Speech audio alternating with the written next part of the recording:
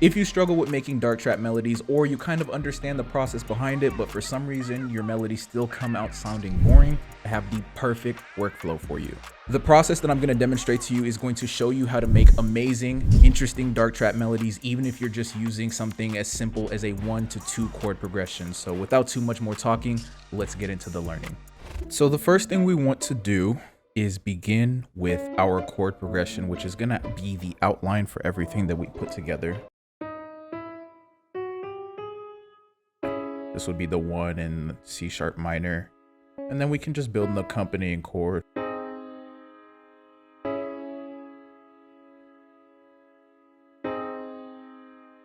So we'll paste that into the sampler so we have a chord outline, and then we'll just delete all of that. So the first thing that I like to do that I've learned recently is to build a motif. And so let's come up with one of those right now.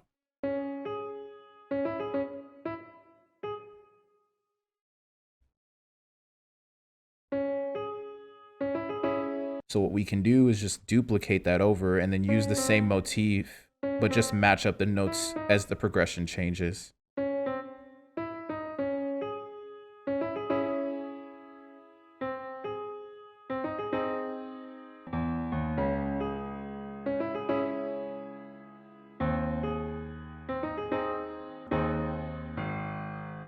Yeah, I like that. And we can duplicate that over. So we can strum all those notes and then do a little bit of randomization on those velocities and a little bit of the, maybe less on the panning, honestly, and a little bit more on the velocity, just to give it a bit of a humanized characteristic.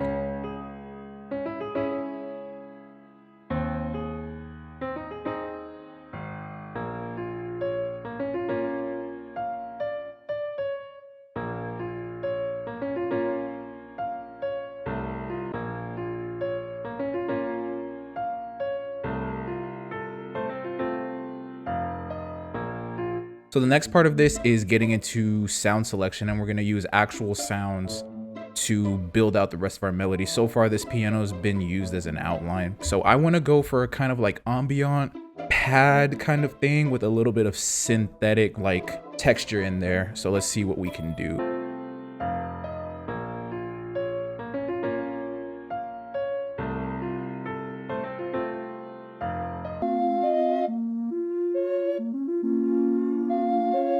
Maybe we could voice some of these chords. Invert it. That's nice. I like that. Maybe we can layer that with like some kind of ambient bell. Open up another instance of expand. Hit save because I'm not stupid. Always hit save, bro. Hit that mug like every minute. Anyways.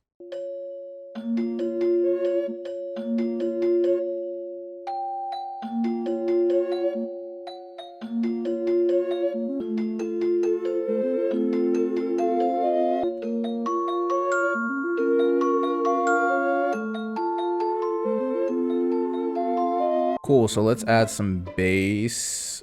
There's this one bass I've been loving in Decent Sampler lately, and my mentor told me once, like, when you find a bass patch that works, bro, just keep using it. I'm gonna just basically just copy those bass notes we already made, but we had muted them.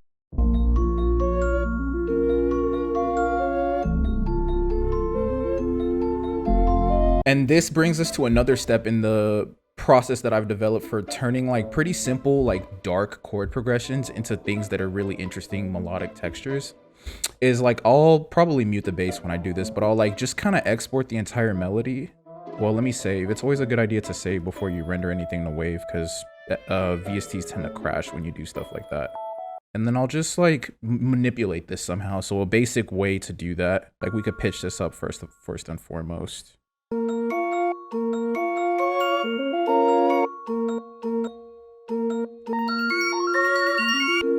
Oh yeah, you could like, right, that's just like time manipulation and technically pitch manipulation. We just moved it up an octave, so.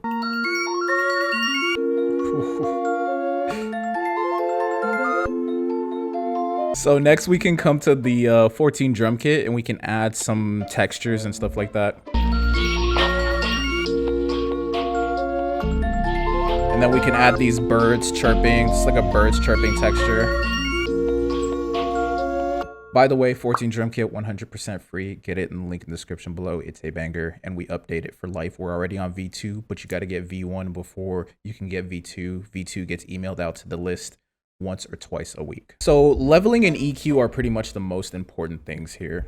So for anything that's a melody, I'm always gonna make sure I hit my console EQ first and foremost, and then I'm gonna get into just leveling this. Since this is the main melody, I wanna make sure this is sitting somewhere where it's just nice and present. I can always adjust it later. Let's EQ it.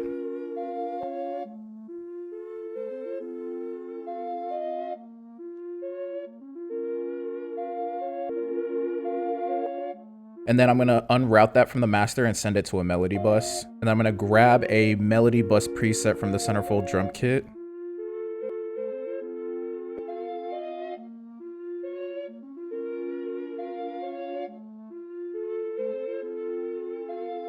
And that melody bus has got it sounding nice and crisp, which I love. And then we can get to that master, which I was talking about earlier. And we'll just add something from the centerfold drum kit as well. Just a soft clipper preset. And that's where you're gonna get your loudness. It's more of a mastering issue, but you definitely don't ever wanna kill your headroom right here with the faders and stuff like that. It's pretty important to like keep in mind. And then something I like to do, instead of putting reverb directly on my melodies, because I want them to all have the same kind of like reverb or stereo effects for the most part. The more ubiquitous those types of effects can be overall, the cleaner your mix is going to sound. Instead of having a bunch of different reverbs that are doing a bunch of different things and muddying up the mix, you can, that's what the whole point of like buses and sends are, which there's a really dope signal flow guide below. If you have no idea what I'm talking about, it's just free. It's on my channel. Definitely check it out because it'll help you make better beats in general, I'm telling you. But I just like to use a convolver. Don't worry about like what convolution is. It's basically just a fancier version of reverb, pretty much. So, and that's just nice. And I just want to make sure it sounds good on this main melody first, and then we can basically EQ and level everything else, add a few effects, and then route everything else into our melody bus and get some really nice effects overall.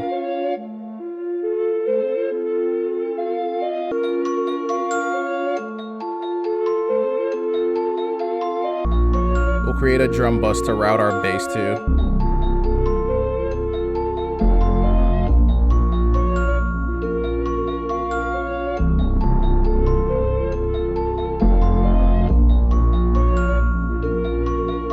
Let's see if we can't tame that with another preset.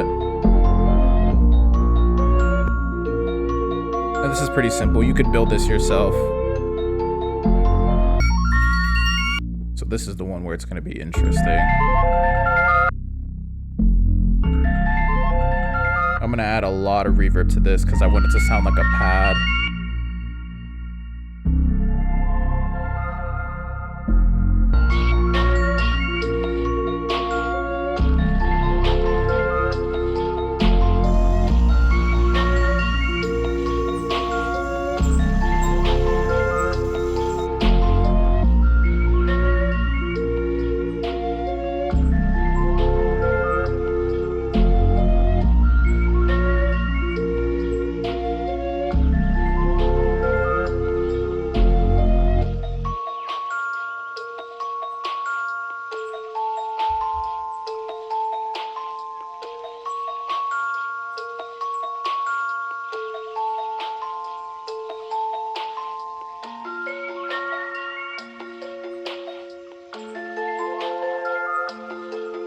Thank you so much for watching. Check out the description below to grab a bunch of free gifts that I made for you, like a course that will teach you how to build a business just like the one I'm running currently. There's also the 14 drum kit down there below. It's 100% free, and it is the best trap drum kit on the internet that's not called the centerfold drum kit.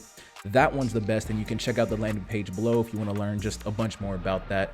It's a deep immersion into my brand, and it's just a bunch of good stuff. You can also check out my newsletter below if you want a deeper look at the implementations I use to do music production full-time. And check out the full guides down below if you want a deeper look at the music production techniques I use to make really good sounding beats. Again, thank you so much for watching. I'll see you in the next one. Drop a like, subscribe. Peace.